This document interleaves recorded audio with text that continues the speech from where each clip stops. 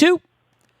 Welcome back, WNST, Towson, Baltimore, and Baltimore Positive. Big reminder that we have a great conversation with Police Commissioner Michael Harrison, now at Baltimore Positive, as well as Baltimore City Schools CEO Sonia Santelises. 2 great conversations for the holidays, and some Baltimore Positive mojo out there as we get ready for Cleveland Week. This guy has been covering the Cleveland sports scene for longer than I can remember. I remember when the Ravens came to town. He was one of the first people to call in and do radio with me back in 1995, 96. Browns, Cavs, Indians reporter for the Willoughby News Herald and the Morning Journal. We welcome one of our defending champions from the Erie area, from the newsherald.com as well. Jeff Schudel joining us here. He is JS Pro Insider out in the land of Cleve, where Jeff, we now have expectations that are winning the Super Bowl around here. I don't know how heavy it's going to get for Lamar Jackson, but it certainly was quite the load for the 19 Browns, wasn't it?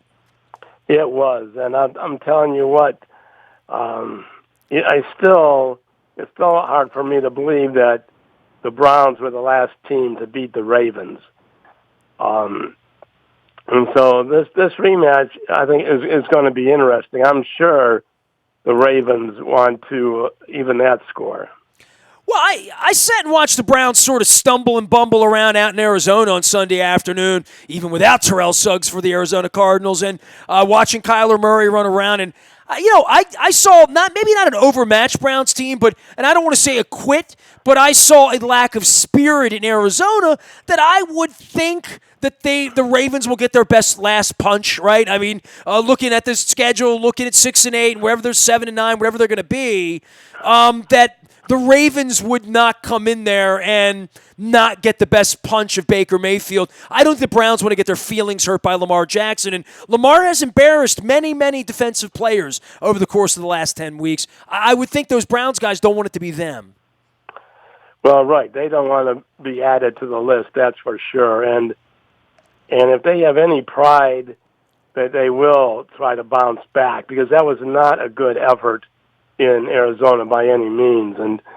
But I think what the Ravens are going to see on tape is that you could run on this team.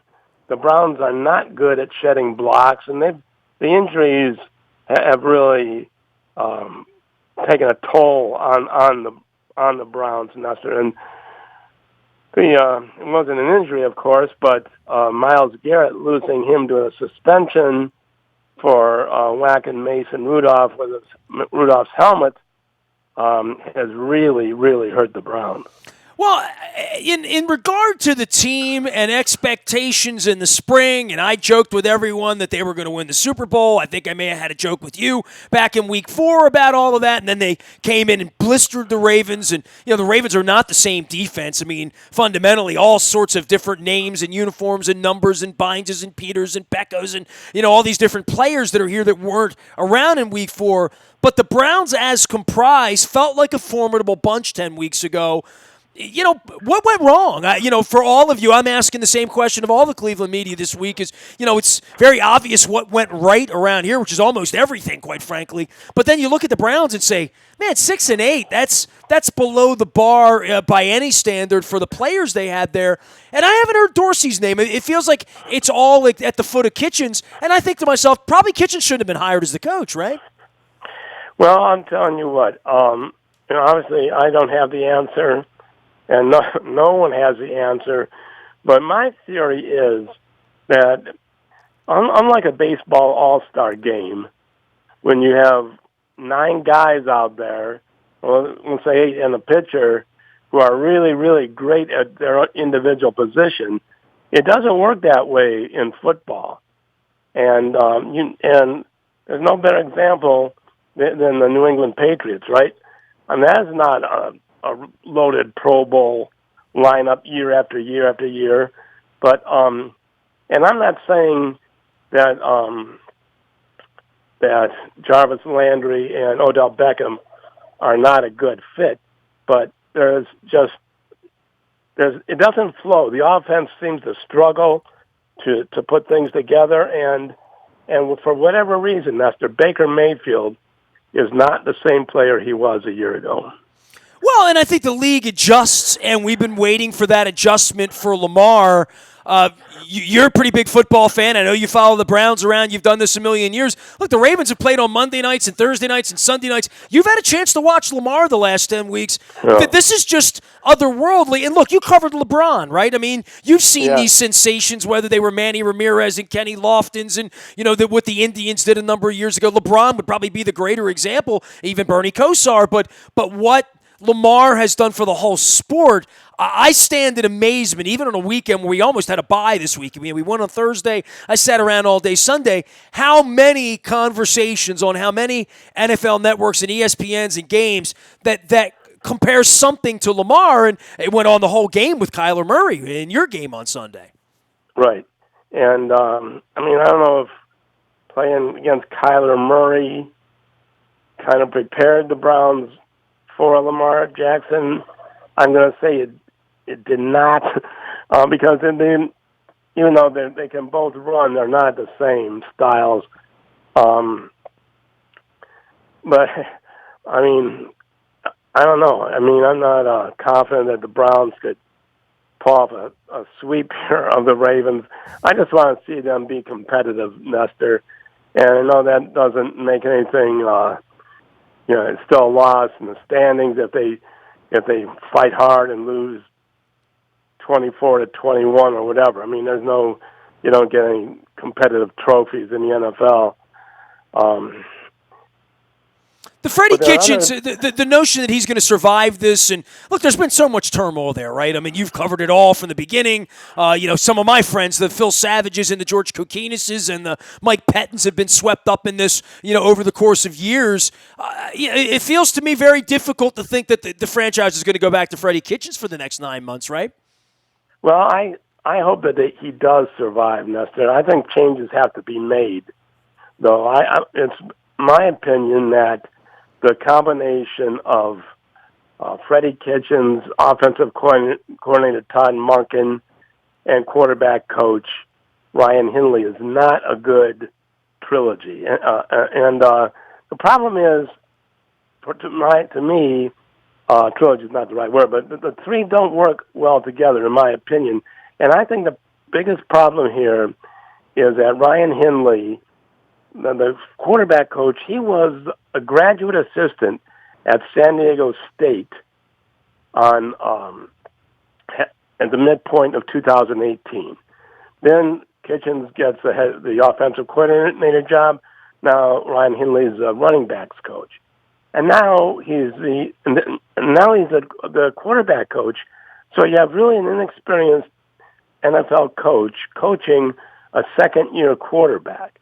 And I just don't think that's the way to go. It isn't working well, in my opinion. So you need an experienced quarterback coach, I think, to take on a second-year guy. And I think that's a lot of the problem the Browns have. Yeah, Jeff Schudel joining us here from Cleveland. You can follow him at JS Pro Insider. He's covered the Browns and the Cavs and the Indians for the News Herald for many, many years. I hope you give him a follow out on Twitter as well. Yeah, we talk about the team and where Baker Mayfield is and where the maturation is and how you bring this along. In Baltimore, we have this perfect example of an organization that's been together for 20 years. A coach has been around a dozen years now. Lots of players that have been around, importing the Earl Thomases and the Marcus Peters and the Mark Ingrams into this thing. Cleveland trying to find its way. Dorsey was lauded, for a year and a half about the drafts and the players and the pro personnel and the way they spent the money because they had so much cap money. And at the end of the day, they're running the ball well, and that's about all they're doing. Nick Chubb's their best player, right? Well, Nick Chubb, the Pro Bowl's coming out tonight at 8 o'clock, and I would be shocked if he's not on the Pro Bowl team. He certainly deserves it. And,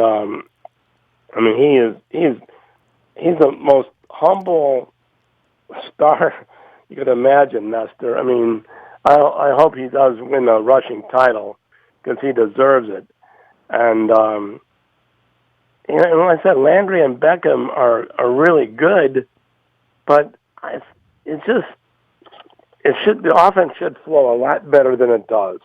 That's all I can say. And they ran a lot of hurry up last year when they were successful, and they're not doing that now. And I don't know if that's because they want to keep their defense off the field as long as possible or what. But there are many holes on this team that I didn't think were there, and the others didn't realize were there. But the defense is, and everyone always wants to look at offense when the team is struggling. But I think the Browns' defense has been a very, very big disappointment. Well, in the Myles Garrett situation, I mean, it's one thing to have an injury. It's one thing to not be available because of one reason or another that might be physical. The helmet incident, apparently not indicative of his personality or the body of work, but it will be the thing we remember for all time because we've never seen anything like it. Well, yeah, and a lot of people around here thought the indefinite suspension was unfair. Now, I think it would be unfair if it's carried into 2020. I think enough's enough. If he has to, he's going to miss the last 6 games, and that should be enough, in my opinion, to the punishment would fit that crime. But I hope he's back next year without any carryover. And I think what's going to happen, though, Nestor, I hope they do let Trey Kitchens stay. A lot of times, the Browns went from 0-16 to 7-8-1, and you've been doing this a long time.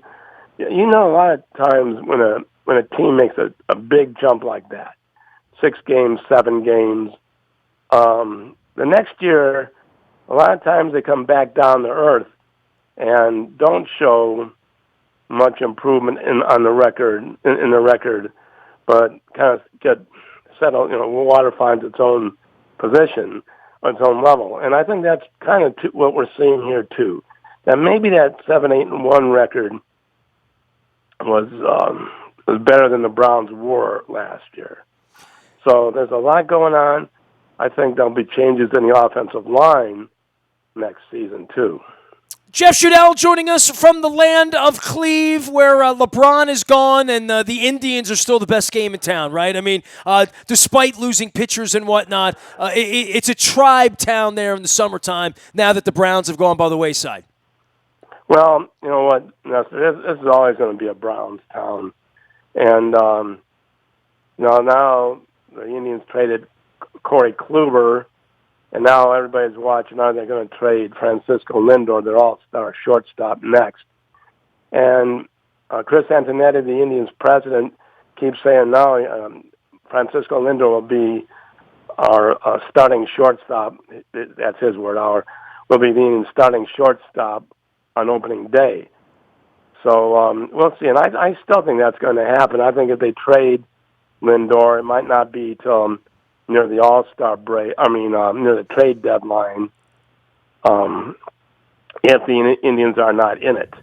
But I think they have one more good shot at winning a World Series with him, and I think that's why they're going to hold on to him. Yeah, we went through all that with Machado around here and right. Keeping Chris Davis. We're still involved in that, and we'll have 100 losses, and you guys will be interesting out there in Cleveland. Hey, I'm looking forward to coming in and seeing the Christmas Story house. I've got the leg lamp on the set. I've never been. I hope to not shoot my eye out on Sunday and maybe get some cookies and bring them home for the holidays. Looking forward to seeing you in Cleveland on Sunday, Jeff. I appreciate you coming on, man.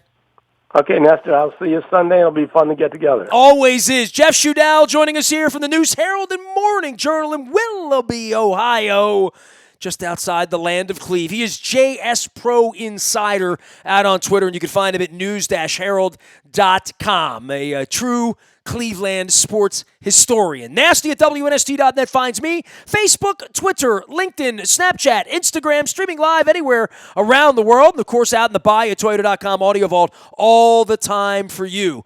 We are putting together the trip to South Florida, a couple of Raven wins away, and we're going to be able to go down to Miami and have a little Super Bowl experience. Putting that trip on sale. If you got interest, throw me an email, nasty@WNST.net, creating an interest list there. If you're interested in Baltimore Positive, got some great stuff coming into 2020. Make sure you're checking that out. Don Moeller and I, very, very proud of that. Big appreciation to our sponsors. Fadley's down in Lexington Market with the delicious crab cakes for the holidays. They ship them. Don't forget State Fair out in Catonsville, as well as our friends at Jennings. And I'm going to go get me a Jennings burger. My wife and I were supposed to go to State Fair for breakfast on Saturday. She slept in, something about jet lag. Evan, I'll get out there this weekend, I promise. Keep me a Chesapeake Benedict on the side. Maybe some chicken and waffles. Delicious. I am Nestor. We are WNST.net, AM 1570, and WNST Towson, Baltimore, and we never stop talking Baltimore sports.